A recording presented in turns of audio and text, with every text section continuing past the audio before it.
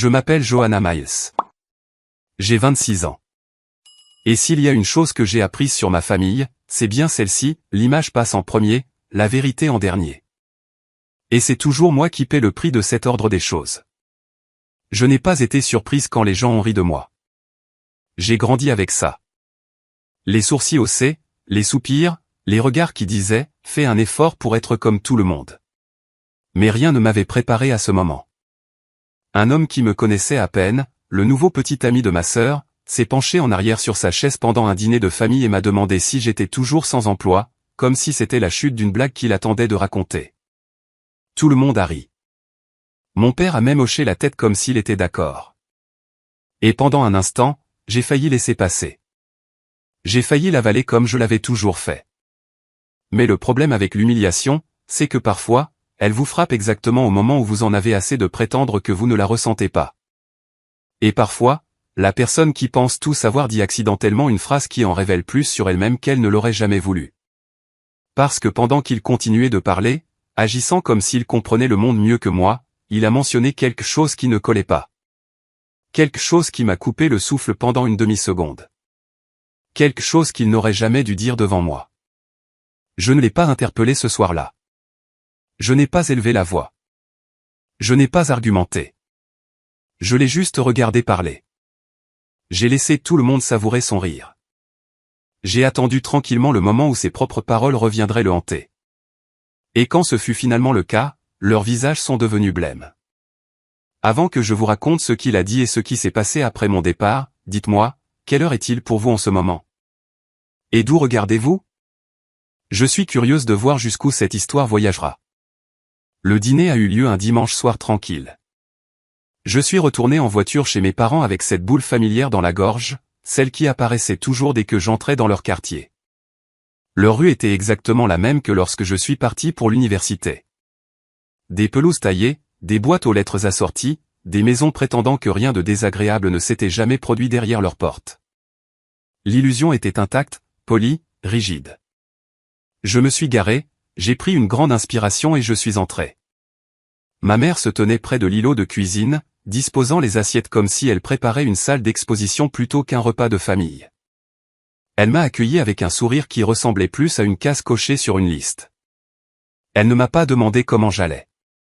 Elle m'a demandé pourquoi j'arrivais si juste, comme si arriver quelques minutes avant le dîner signalait un défaut personnel plus profond.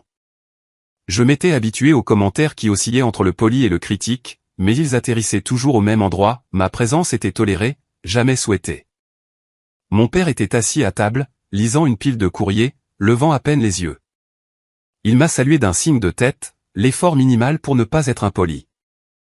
Il n'y avait aucune chaleur, aucun indice qu'il était heureux de ma présence. J'ai pris ma place en silence, comme toujours.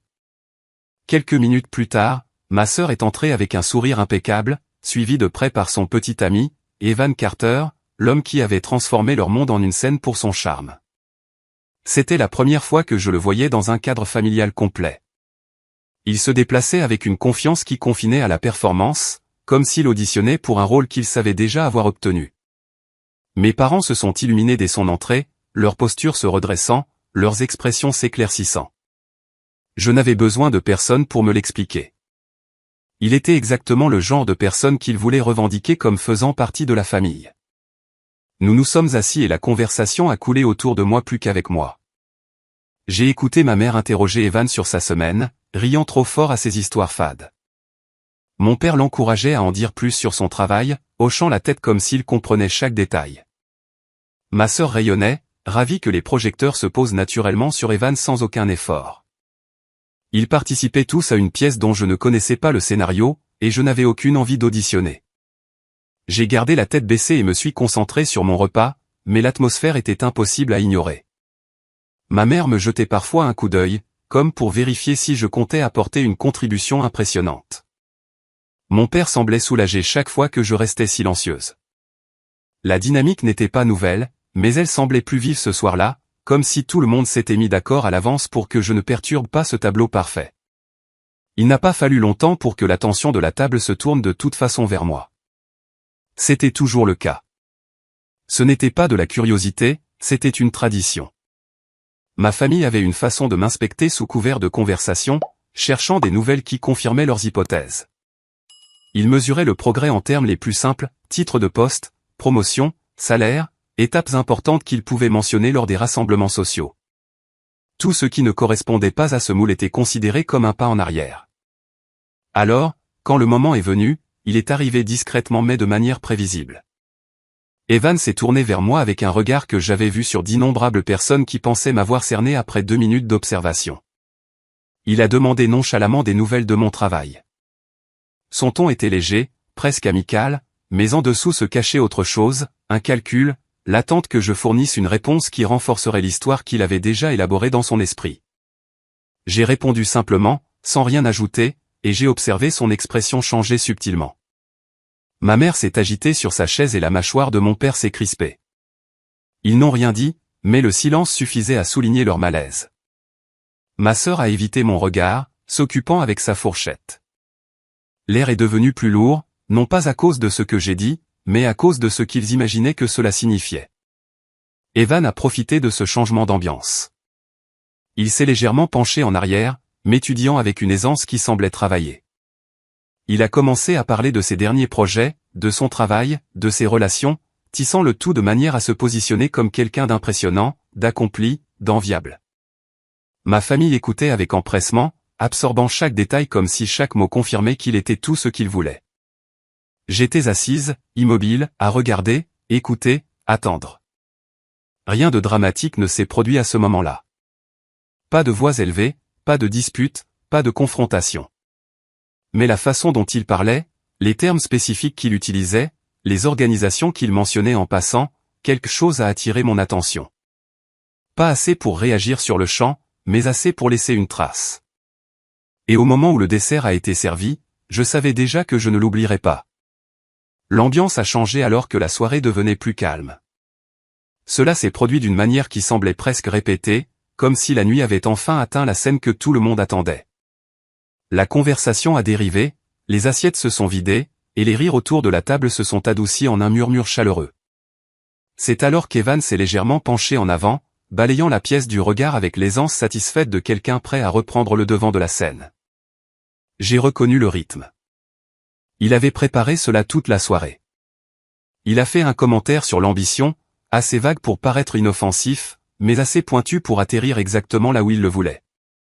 C'était enveloppé d'un ton léger, mais le sens sous-jacent était acéré.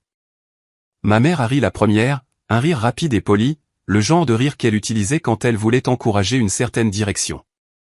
Mon père a gloussé en signe d'accord. Ma sœur a esquissé un sourire contenu qui n'a pas atteint ses yeux. La remarque suivante est venue plus doucement, plus directement. Evan a mentionné les gens qui flottent entre les projets, les gens qui prennent leur temps pour trouver un but, les gens qui n'ont pas vraiment de travail mais qui parlent comme si c'était le cas. La table a de nouveau ri, plus fort cette fois. J'ai senti chaque son me frapper avec une piqûre familière. La moquerie déguisée en complicité. L'amusement construit sur la supposition que je ne riposterais pas. Je n'ai pas répondu. Pas encore. Le silence avait toujours été mon bouclier, la chose qui m'empêchait d'alimenter leurs attentes. Puis Evan s'est tourné complètement vers moi.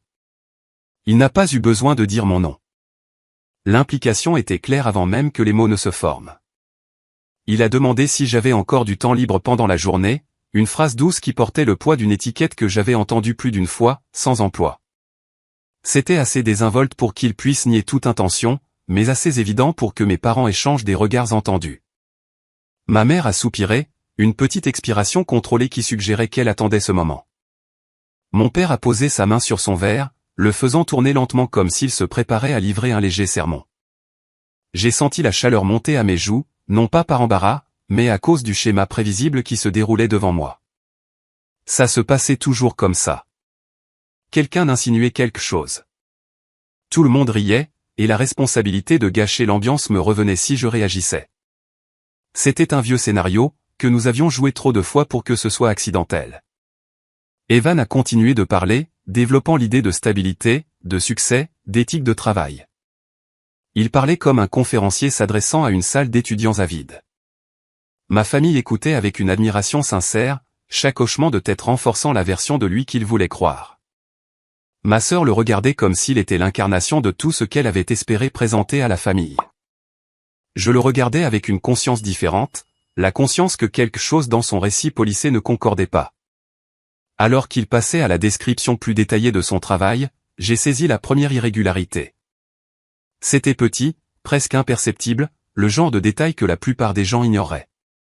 Il a mentionné un type spécifique d'analyse, un qui ne correspondait pas tout à fait au département dans lequel il prétendait travailler. Cela m'a paru étrange, mais pas assez pour déclencher une réaction. Je l'ai classé tranquillement dans un coin de ma tête. Ma mère a réagi à une autre de ses déclarations avec un sourire fier, commentant que certaines personnes à table pourraient apprendre de cette mentalité. Mon père a murmuré son accord. L'implication n'était pas subtile. C'était le même message livré de 1000 manières différentes tout au long de ma vie: contribue davantage, réussis davantage, sois plus présentable. Je suis restée silencieuse, non par faiblesse, mais parce que le silence me permettait d'étudier chaque détail sans attirer l'attention. La confiance d'Evan grandissait à chaque minute. Il parlait de stratégie, de responsabilité, de réunion avec des cadres. Il superposait ses histoires de jargon et de références vagues, assez pour impressionner quiconque ne comprenait pas les termes. Mais quelque chose dans ses explications semblait trop lisse, trop soigné, comme s'il avait mémorisé des morceaux de différentes sources et les avait assemblés pour créer le personnage qu'il voulait que les autres voient. Je ne l'ai pas interpellé, je n'ai rien remis en question. J'ai simplement écouté, observé, mémorisé. Au moment où le dessert a été servi, la table était pleinement engagée dans l'illusion du succès d'Evan, de son intelligence, de sa stabilité. Mais sous la surface de ces mots, j'ai reconnu un schéma. Des détails qui ne concordaient pas, des descriptions qui contredisaient les précédentes, des affirmations qui semblaient étrangement vides. Je ne savais pas encore exactement ce qui n'allait pas, mais je savais une chose: son histoire n'était pas aussi hermétique qu'il voulait le faire croire à tout le monde, et cette prise de conscience silencieuse a tout changé. Les jours qui ont suivi se sont déroulés avec une lourdeur inhabituelle. Je suis rentré chez moi après le dîner, me sentant vidé d'une manière qui ne s'est pas estompée du jour au lendemain. C'était un épuisement. C'était un résidu mental laissé par le fait d'avoir été poussé dans un rôle familier, celui où l'on attendait de moi que j'absorbe les rires, le jugement, les manières subtiles dont ma famille mesurait la valeur. Pourtant, cette fois, quelque chose persistait sous la surface, quelque chose de plus aigu que l'embarras ou la frustration. C'était de la curiosité, le genre de curiosité qui ne disparaît pas une fois qu'elle s'installe. La première incohérence que j'ai remarquée pendant le dîner s'est rejouée dans mon esprit le lendemain matin, tournant en boucle tranquillement pendant que je préparais mon café. Evan avait décrit des responsabilités qui n'existaient pas dans le département où il prétendait travailler, du moins pas dans la structure que je connaissais de par ma propre expérience dans les cercles du conseil. Au début, je me suis demandé s'il avait simplement exagéré pour impressionner mes parents, mais plus j'y pensais, plus les pièces refusaient de s'emboîter. Pourtant, la suspicion seule n'était pas suffisante pour poursuivre quoi que ce soit. Les gens embellissent tout le temps. Ce n'était pas inhabituel, mais la certitude avec laquelle il parlait, la précision performative, les déclarations générales renforcées par une terminologie vague semblaient trop délibérées. Cela a touché quelque chose en moi, le sentiment qu'on ne m'avait pas montré toute l'image. Un après-midi tranquille est arrivé, et avec lui, l'espace pour penser clairement. Je me suis assise sur mon canapé, ordinateur portable fermé, téléphone silencieux, rejouant chaque détail dont je pouvais me souvenir du dîner. La façon dont ma mère se penchait quand Evan parlait, l'admiration dans le hochement de tête de mon père, la façon dont la posture de ma sœur changeait chaque fois qu'il décrivait ses accomplissements, et tissé dans tout cela. Il y avait le contraste, le rejet complet de moi dès qu'Evan m'a dépeinte comme quelqu'un dérivant sans direction. Cette partie n'aurait pas dû avoir d'importance. J'avais depuis longtemps cessé de chercher leur validation. Mais ce n'était pas leur réaction qui m'était restée. C'était la confiance avec laquelle Evan se sentait en livrant un récit qui changeait instantanément l'ambiance de la pièce. Un récit qu'il soutenait avec des déclarations qui ne correspondaient pas à ce qu'il prétendait être. Alors, j'ai commencé par l'étape la plus simple, la recherche. Je n'ai pas plongé dans quelque chose de profond ou d'intrusif au début. Au lieu de cela, j'ai cherché des informations publiques. Des registres d'emploi de base, la structure de l'entreprise, les noms des dirigeants, les projets publiés. Rien n'était hors de portée. Tout était accessible à quiconque voulait bien regarder. Et ironiquement, les informations que j'ai trouvées n'ont pas immédiatement confirmé quoi que ce soit de mal. Sur le papier, tout correspondait à l'image qu'Evan présentait. Mais les détails qu'il a utilisés pendant le dîner n'apparaissaient nulle part. Ni dans les descriptions de postes, ni dans les structures d'équipe, ni dans les résumés des initiatives en cours. C'étaient des pièces qui existaient dans différents rôles, différentes divisions, différents bureaux. Même là, j'ai essayé de lui accorder le bénéfice du doute. Peut-être travaillait-il sur des missions transversales. Peut-être avait-il des responsabilités non répertoriées publiquement. Peut-être qu'il embellissait un peu tout en restant dans le domaine de la vérité. Pourtant, plus j'examinais la situation, plus les lacunes se creusaient. Un jour plus tard, j'ai contacté quelqu'un que je connaissais d'un contrat précédent. Je n'ai pas mentionné de nom. Je n'ai pas décrit de situation. J'ai seulement posé une question générale sur le flux de travail dans la branche analytique de cette entreprise. La réponse est revenue rapidement, claire, détaillée et complètement incompatible avec l'histoire qu'Evan avait partagée au dîner. C'est à ce moment-là que ma curiosité s'est aiguisée en autre chose, de la détermination. Je ne savais pas encore ce que je cherchais, mais je savais par où commencer. Les schémas ne se révèlent pas en un seul coup d'œil. Ils se révèlent pièce par pièce, à travers des incohérences qui résonnent plus fort à mesure qu'on les remarque. Les histoires d'Evan avaient trop de bords polis, trop de phrases qui sonnaient apprises plutôt que vécues, trop d'affirmations qui changeaient selon l'angle sous lequel il les présentait. J'ai passé la soirée suivante à tout revoir avec une concentration renouvelée. Ce n'était pas de la paranoïa. Ce n'était pas de la jalousie. Ce n'était pas une réaction aux insultes qu'il m'avait lancées. C'était de l'instinct. Le même instinct qui m'avait guidé à travers des travaux d'analyse complexes. L'instinct qui remarquait quand quelque chose ne collait pas, même si l'écart semblait mineur. Au moment où le soleil s'est couché, j'ai senti quelque chose se déclencher doucement en moi. Evan n'était pas seulement quelqu'un qui exagérait. C'était quelqu'un qui jouait un rôle.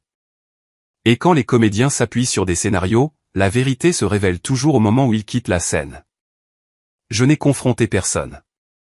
Ni ma famille, ni ma sœur, et certainement pas Evan.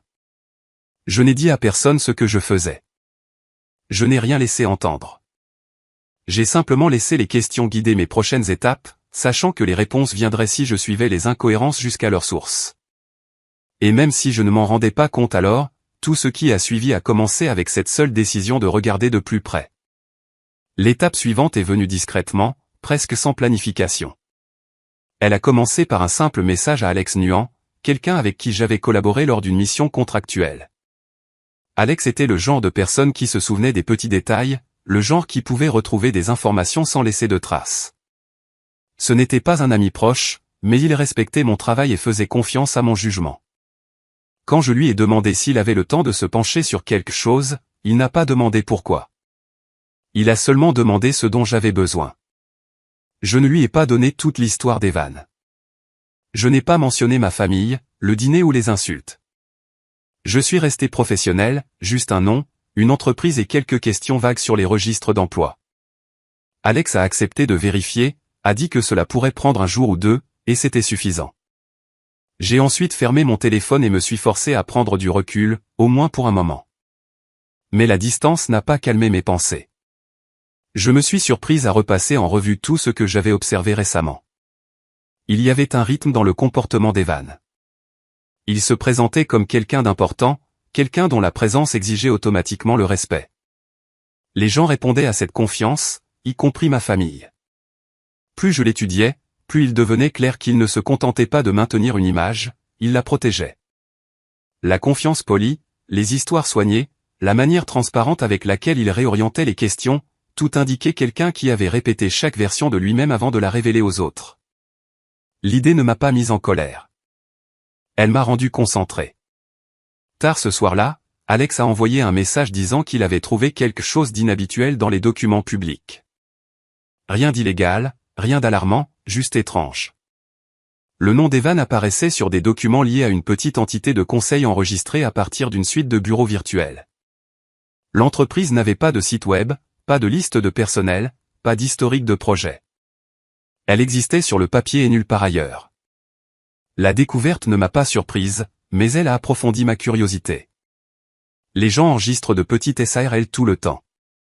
Mais quand quelqu'un se vante de responsabilités de haut niveau dans une grande entreprise tout en attachant discrètement son nom à une société écran sans activité, cela soulève des questions sur ses intentions. Cela laissait entrevoir un travail parallèle, un travail qu'ils ne voulaient pas voir lié à leur profil principal. J'ai demandé à Alex de creuser davantage. Il n'a pas hésité. En attendant ses conclusions, j'ai continué mes propres recherches. J'ai cherché les présentations qu'Evan prétendait avoir données, les conférences auxquelles il disait avoir assisté, les publications qu'il référençait. Rien de tout cela n'apparaissait nulle part, pas même dans les coins reculés d'Internet où les discussions professionnelles de niche sont généralement archivées. Chaque affirmation semblait propre en surface mais vide en dessous, comme une vitrine sans inventaire. Plus je cherchais, plus les incohérences s'accumulaient. Le jour suivant, Alex a envoyé une mise à jour plus longue. Il avait réussi à retracer de petites transactions liées à la société écran, des dépôts irréguliers espacés sur plusieurs mois. Les montants variaient, mais ils semblaient tous provenir de comptes personnels sous différents noms. Il n'y avait aucune indication d'activité commerciale légitime, pas de facture, pas de liste de fournisseurs, pas de contrat d'entreprise. Cela ressemblait à quelque chose d'informel, quelque chose construit sur des promesses plutôt que sur un produit.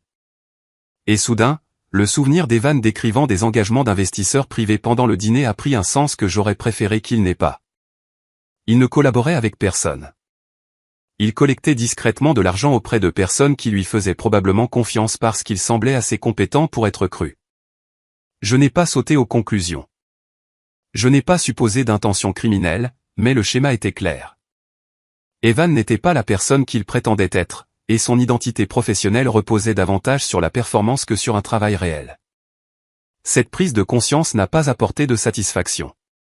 Ce n'était pas le sentiment d'avoir eu raison. C'était une clarté froide et stable qui s'est installée au plus profond de ma poitrine. Je n'ai rien dit à ma famille. Ils n'auraient pas écouté. Pas sans preuve indéniable.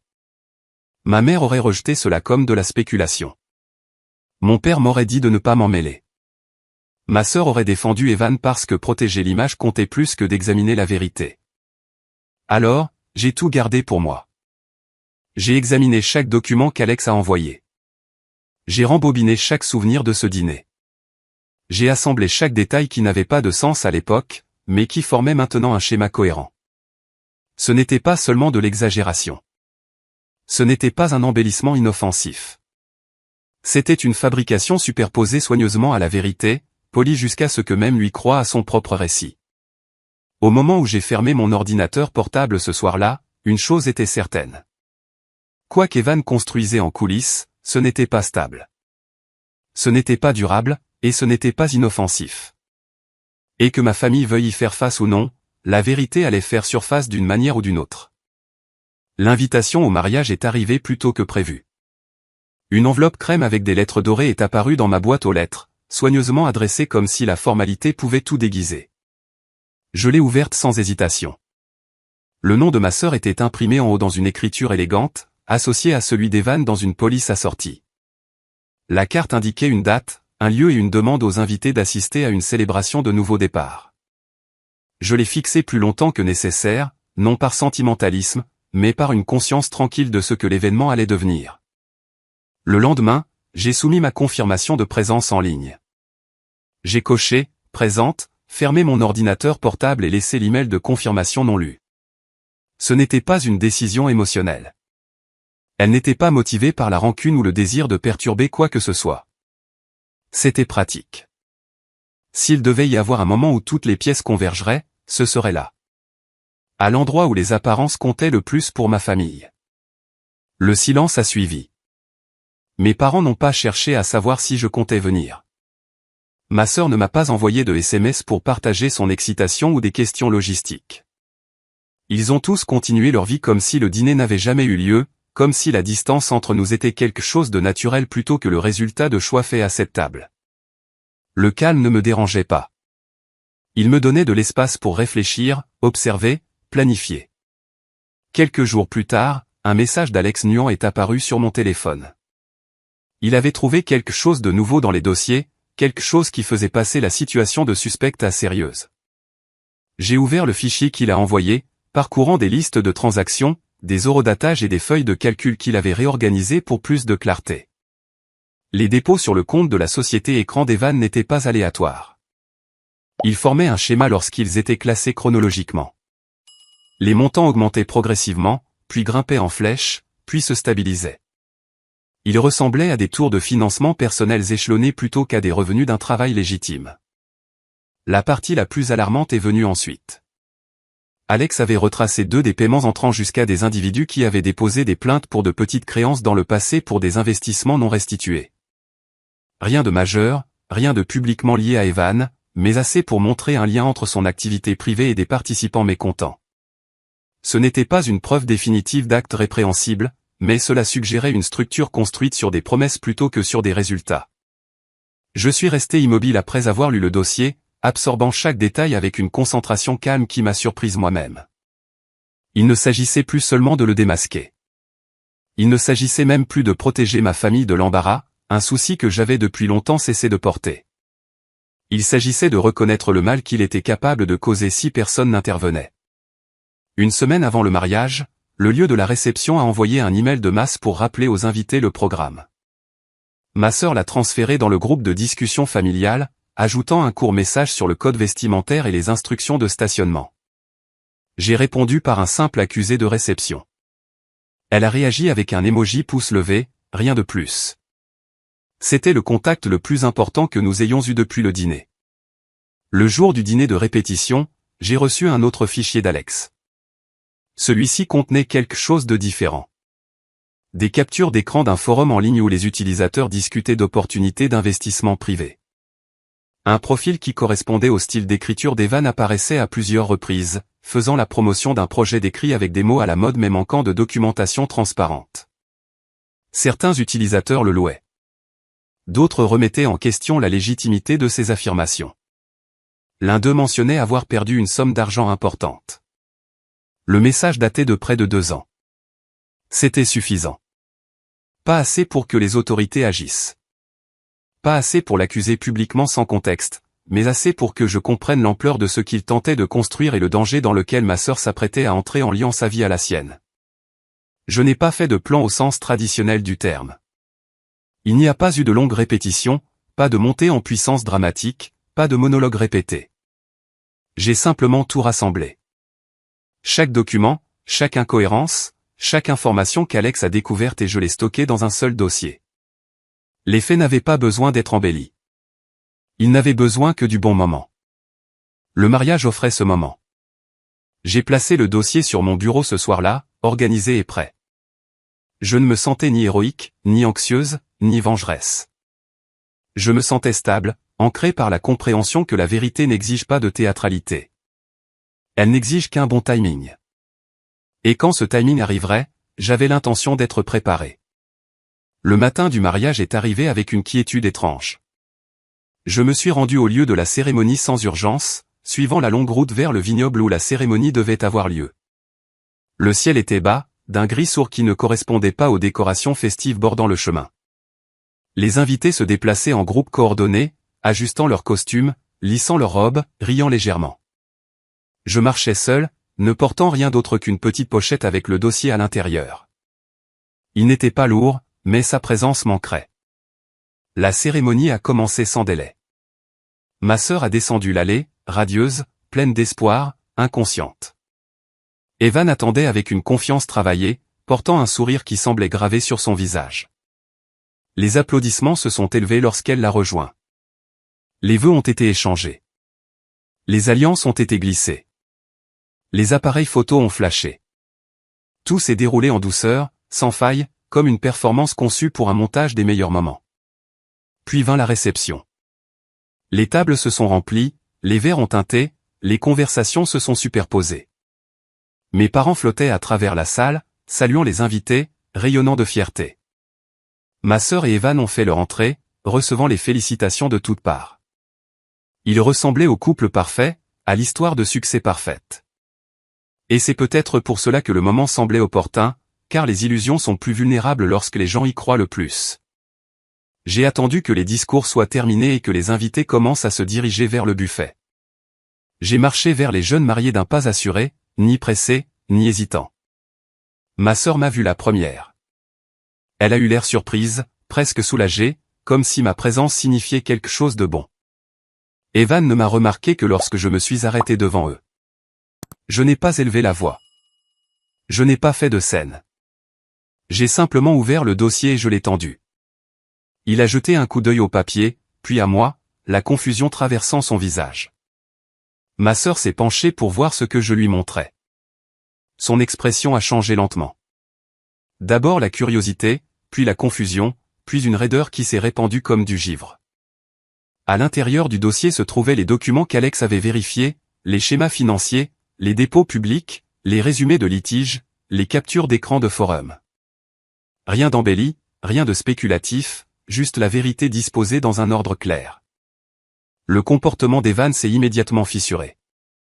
La confiance a quitté sa posture, remplacée par une lueur de panique qu'il ne pouvait masquer. Sa bouche s'est crispée, ses joues ont rougi. Il a cherché des excuses qui se sont effondrées avant même de pouvoir se former.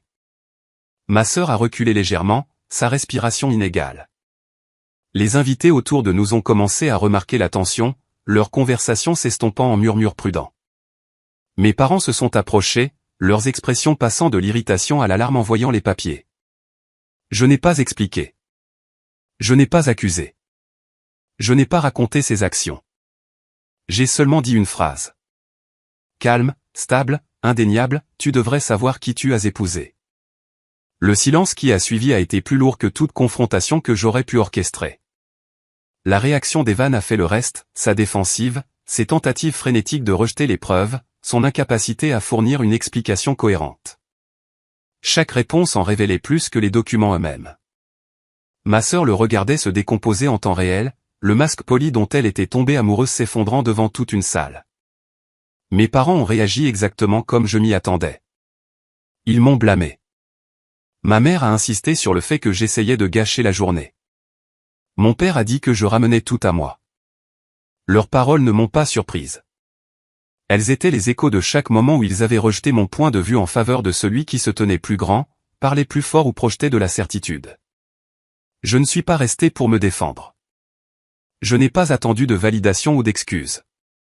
Je me suis éloigné du groupe qui se formait autour du couple, j'ai dépassé les rangées de tables et je me suis dirigé vers la sortie. Personne ne m'a suivi. Ni mes parents, ni ma sœur, pas même Evan, qui était trop occupé à essayer de sauver l'image qu'il avait construite. Dehors, l'air semblait plus léger. J'ai atteint ma voiture, j'ai placé le dossier maintenant vide sur le siège passager, et je me suis assise un moment, laissant les sons de la réception s'estomper derrière moi. Je ne me sentais pas victorieuse. Je ne ressentais aucun regret. Ce que je ressentais, c'était de la clarté. Nette, pure, attendue depuis longtemps. Couper les ponts n'était pas dramatique. Ce n'était pas douloureux. C'était nécessaire. En m'éloignant en voiture, j'ai compris quelque chose à laquelle j'avais résisté pendant des années. Parfois, la famille dans laquelle vous naissez n'est pas celle qui vous protège. Parfois, le rôle qu'il vous assigne est trop petit pour la personne que vous êtes réellement. Et parfois, s'en aller n'est pas un abandon, c'est le respect de soi. Si vous avez écouté mon histoire jusqu'au bout, merci de lui avoir accordé votre temps. Et avant de partir, dites-moi dans les commentaires, selon vous, qu'est-ce qui est le plus difficile, prendre la parole ou finalement tourner la page ?